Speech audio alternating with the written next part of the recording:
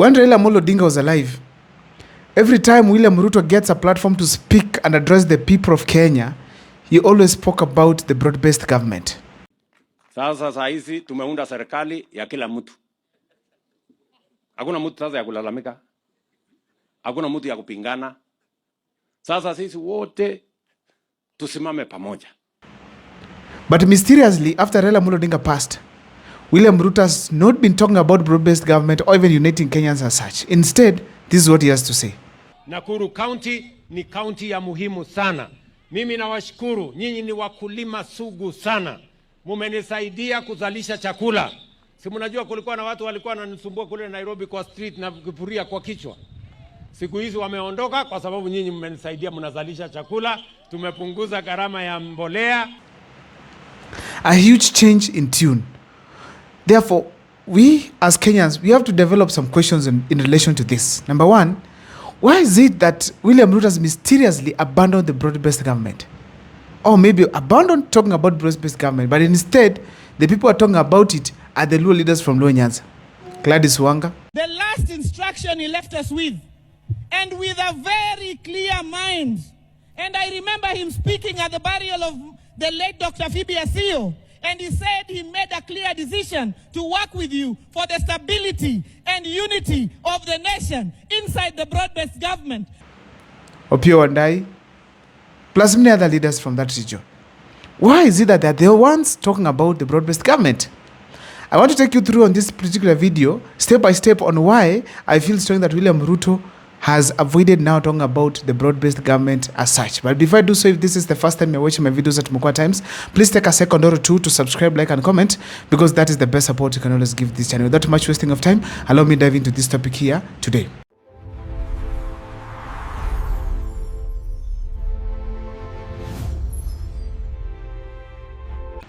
Number one, it is selfishness within politicians. The issue of broad-based and uniting Kenyans was not really intending to unite Kenyans as such or even expand the government to other people. No, it was basically for people to eat and probably get re-elected in 2027. William Ruto is not talking about it because it was now Raila Amolo Odinga whom he was interested in keeping by his side. So the fact is, now that Raila Amolo Odinga is not there anymore, there is nothing like broad-based, because who amongst all these other ODM leaders who can bring anything to the table? None of them. None of them. The one who looks to be a bit dependent is Simbarati. But most of all these others, they are speaking different languages, and most of them are selfish towards getting William Ruto's support and attention. But when it comes to the real delivery of services, no one is interested. So in a nutshell, the broad-based government is not being talked about by William Ruto because Raila Amolo Odinga is no more. Raila Amolo Odinga was the broad-based government, was the ODM. Without Raila Amolo Odinga, the two things, ODM and broad-based government, they're done. The other reason as to why William Ruto is not talking about broad-based government anymore, or maybe uniting Kenyans, it's because he has already finished the top leadership of the ODM party. Why? He took the top leadership, first of all, to the cabinet. Alias Joho, Wycliffe Ambetsa Oparanya, Opiyo Wandayi, and of course, John Mbadi. Those gentlemen, four of them were occupying top positions within the party. One of them was a minority leader, and the chairperson, and two of them were party leaders, deputy party leaders. These people were very formidable that they could be able to stage a very serious competition against William Ruto in 2027, either by vying or even campaigning for someone. But now, when William Ruto took them, they have all become toothless dogs. Now, as we speak today, William Ruto has also gone for Simbarati, and I've heard to some extent Sheriff Nasser. The only person who seems to be a bit independent, it is none other than Osotsi, the other deputy party leader. Mimi, baba vile alikufa, mimi nimehuzunika sana. Hata sitaki kuongea siasa. Lakini nataka kuambia rais kitu kimoja. Nimeona wabunge wangu wa ODM wamesimama hapa wameongea. Lakini chama cha ODM kiko na structures. Na juzi tumetoa msimamo wetu. Mimi ningekuomba rais, just address us through our structures.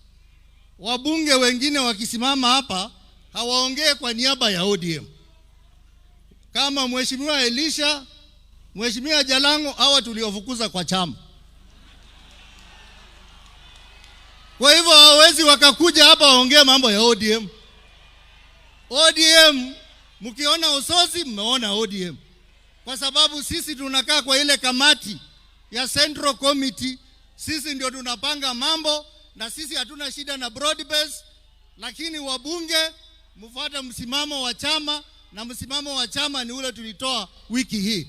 All these others are talking about two-term and broad-based government. William Ruto ataondoka uongozini, Mungu akipenda 2032. Tutaenda wapi? Kama tutafunja chama. Swali unafaa ujiulize. Ataenda hata kama unampenda. Tutaenda wapi? Lazima tuhakikishe chama hiki chetu tuko serikali 2027 hata 2032. That is a clear indication, ladies and gentlemen, that William Ruto has captured the ODM leaders. So therefore, if he has all those people who can influence the ODM party, there's no need of him engaging with other people who do not matter in the party. So that is why literally he has kept off talking about the broad-based government, because none of these people in the broad-based government who can bring anything tangible on the table, like Raila Amolo Odinga, none of them. Another thing is lack of leadership. As you speak today, you can hear people speaking different languages. Even if Oburu Odinga is very wise the way I see him, there's still some bit that Raila Amolo Odinga was offering which Oburu Odinga cannot offer. Because every decision at that time was being made by Raila Amolo Odinga. But now, I hear Simbarati telling Oburu what to do. So in a nutshell, you can see that there's no proper leadership within the ODM party. So even if he talks about broad-based government, who is he going to bring on board as a broad-based government agent? Nobody. So it happens that Oburu is not controlling Luo Nyanza so far. He's yet to prove. He might be, but he's yet to show that. But if it happens that he's controlling, well and good, he can be someone of value to William Ruto's side. But the fact remains, as we speak today, there is no proper leadership structure within the ODM party that can be able to speak and convince William Ruto that they are worth being part of the broad-based government. Hence, William Ruto avoiding talking about broad-based government. There's also an intelligence that William Ruto probably has received, that the people within the ODM party are no longer interested on being part of the broad-based government or even supporting him for two-term come 2027. So William Ruto has realized, if these guys are not interested in me, mbona nijitume mimi nikijituma kwao kila wakati nikizungumzia broad-based government, yet themselves they don't care even if Raila Amolo Odinga has passed. So the expectations of William Ruto were that the moment Raila Amolo Odinga passed on, he was going to take over and become the leader of the ODM and probably even the kingpin of Luo Nyanza. But the way things are right now, there are mixed reactions that are very negative to William Ruto's side. In fact, the majority are against William Ruto's candidature. So with that kind of information, William Ruto cannot be at peace. He will avoid every other thing that was initiated by Raila Amolo Odinga's presence, and then continue with another path. And as we speak today, he's raising his own politicians, including Simbarati. And I want you to watch this space. He's raising Simbarati to take over ODM party. Ladies and gentlemen, that's one of the reasons as to why I feel strongly that William Ruto has deliberately decided to avoid talking about the broad-based government. Last but not least, ODM leaders are speaking their languages. Each one of them is coming with up his own slogans. When you get to Osotsi, is saying this. When you get to Wanga, it's saying that. Get Jalango is saying this. Baba Wino is saying this. When you find out the main guy, Oburu Odinga, is also saying this. Those of us who are in government, like Mbadi, Opio and I, you know, they are now part of the administration. They are not speaking for our party. They can, of course, now the president is their boss. Ladies and gentlemen, that means very well that there's no proper leadership within the ODM party, and there's no actually uniform message that can be relied on by President William Ruto. A clear indication that these people are likely not to work together to the end. But of course, let's wait and see and how things unfold here. My name is Abel Mokwa. Thank you so much for watching. But first of all, let me take this opportunity to thank you all, ladies and gentlemen, for supporting my channel, subscribing, and most importantly, ensuring at least you're part and parcel of my comment section, where I get to see comments, learn, and probably engage with you people directly. My name is Abel Mokwa once again. Thank you so much for staying tuned.